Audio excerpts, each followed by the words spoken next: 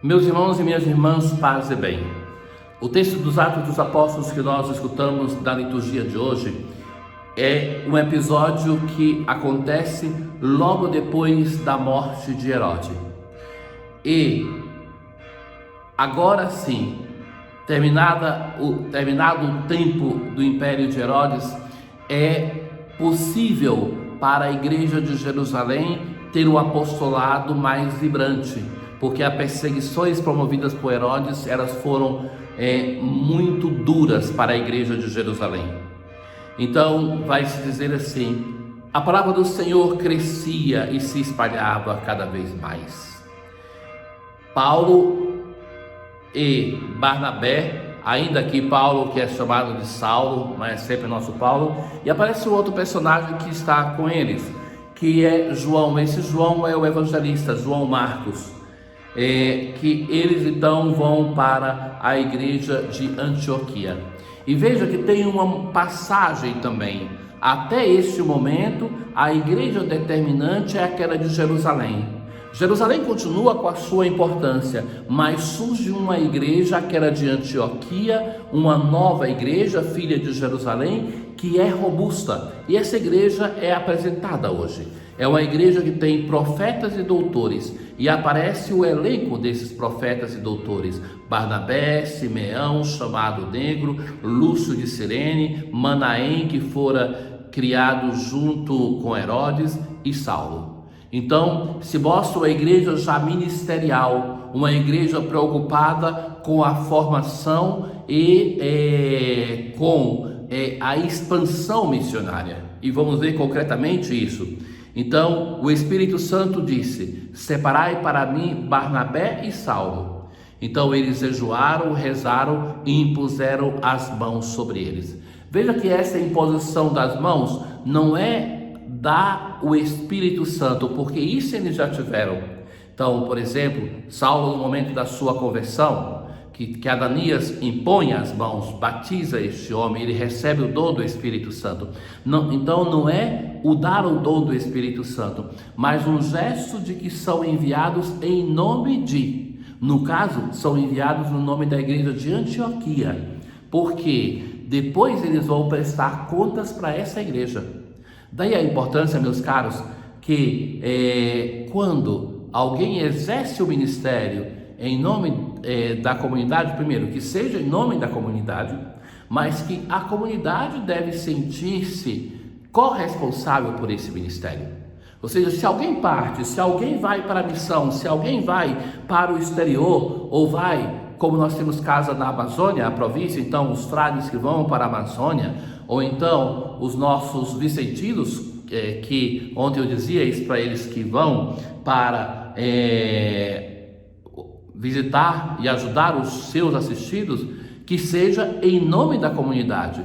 Toda a comunidade não pode ir assistir aos nossos irmãos necessitados, toda a comunidade não pode ir para a Amazônia, não pode ir para o exterior, toda a comunidade não pode assumir pessoalmente as visitas à assistência do Serviço Fraterno Santo Antúncio dos Pobres, mas nós devemos ser corresponsáveis de participar com a nossa ajuda, com a nossa caridade, de participar com o nosso apoio, de participar com a nossa oração. Isto é ser igreja, isto é ter comunhão com a comunidade, ter a comunhão com o Senhor Jesus. A comunhão, o sacramento recebe este nome porque nós devemos nos colocar em comunhão e em tudo o que fazemos, em tudo aquilo que somos, ser uma comunidade que está junta, uma comunidade que se ajuda.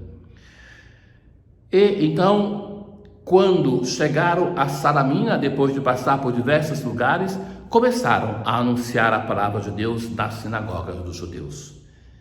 Eles tinham João como ajudante. De novo tem a menção de João Marcos, o evangelista. Então, qual era o procedimento normal desses evangelizadores? Chegar na sinagoga, porque ali encontravam os filhos de Israel que tinham partido na diáspora e que já conheciam o Antigo Testamento. Então já tinha uma formação de base, uma fé inicial para anunciar que Deus realizou a sua promessa. E é isso que nós vamos ver, sobretudo, do ministério do apóstolo Paulo. Bem, caríssimos, Hoje, Jesus, em um momento, vai exclamar em alta voz, estando no templo: quem crê em mim, não é em mim que crê, mas naquele que me enviou. O evangelho de hoje, Jesus vai insistir muito na unidade entre ele e o Pai.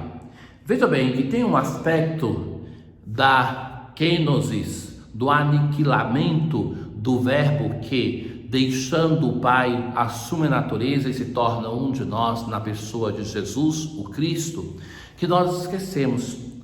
Jesus, ele vive um certo distanciamento do Pai por amor à humanidade.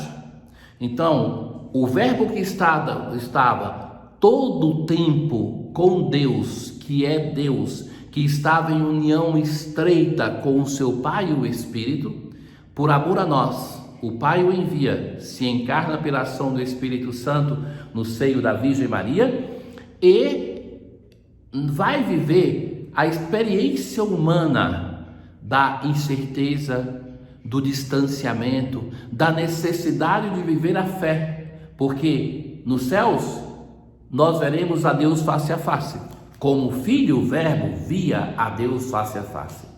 Através do mistério da encarnação, Jesus vai viver a união com o Pai pela fé, como todo ser humano. Então, é um aspecto do mistério da encarnação que nós não podemos esquecer, porque em todos nós tem esse desejo de uma união mística com o Senhor. E Jesus, tendo-a, ele assume a nossa natureza e a experiência dele se torna a experiência pela fé. Então, é este aspecto que deve também ter sido sofrido para Jesus, mas resta nele a convicção, a unidade dele com o Pai. Então, o mistério da encarnação não tira isso de Jesus. E por isso também os sermos humanos não pode ser justificativa para nós vivermos em uma constante crise de fé. A fé convive com a dúvida, sim, mas nós devemos ter e consolidando certezas, caríssimos. No nosso percurso de fé, nós devemos ser e deixando-nos moldar, ajudados pelo Espírito Santo a fazer discernimento e tendo certezas. Então, chegar à certeza, por exemplo, de que Deus nunca deixa de me amar, que Deus é misericordioso, nos ajuda muito no momento de sofrimento, porque aí então eu não vou ficar pensando, mas por que Deus me abandonou? O que aconteceu? Onde está Deus nessa situação? Essa é uma certeza fundamental. A conversão é, sobretudo, mudar a imagem de Deus que nós temos, que muitas vezes não é a imagem de Deus, de nosso Senhor Jesus Cristo. Jesus vai dizer assim: quem crê em mim, não é em mim que crê, mas naquele que me enviou. Quem me vê, vê aquele que me enviou. Eu vim ao mundo como luz, para que todo aquele que crê em mim não permaneça das trevas. Se alguém ouvir as minhas palavras e não as observar, eu não o julgo, porque eu não vim para julgar o mundo, mas para salvá-lo. Nos evangelhos sinóticos, mas sobretudo o evangelista Mateus, ele tem no final do evangelho aquelas narrações, as parábolas do juízo final. E no quarto evangelho não existe um julgamento, mas sim que o julgamento é este, que o Filho veio ao mundo e ele foi rejeitado. Então, é já aqui nesta terra que nós sofremos o julgamento que não é feito por Deus, mas sim pela rejeição, que desde o início do Evangelho se fala: veio para os seus, mas os seus o rejeitaram. Quem me rejeita e não aceita as minhas palavras, já tem o seu juiz. A palavra que eu falei o julgará no último dia. E eu sei que o seu mandamento é a vida eterna, portanto, o que eu digo conforme o Pai me falou. Então, Jesus é aquele que está em profunda união com o seu Pai e nos revela o seu Pai, porque Ele quer criar uma união conosco, para que através dele nós estejamos unidos ao Pai.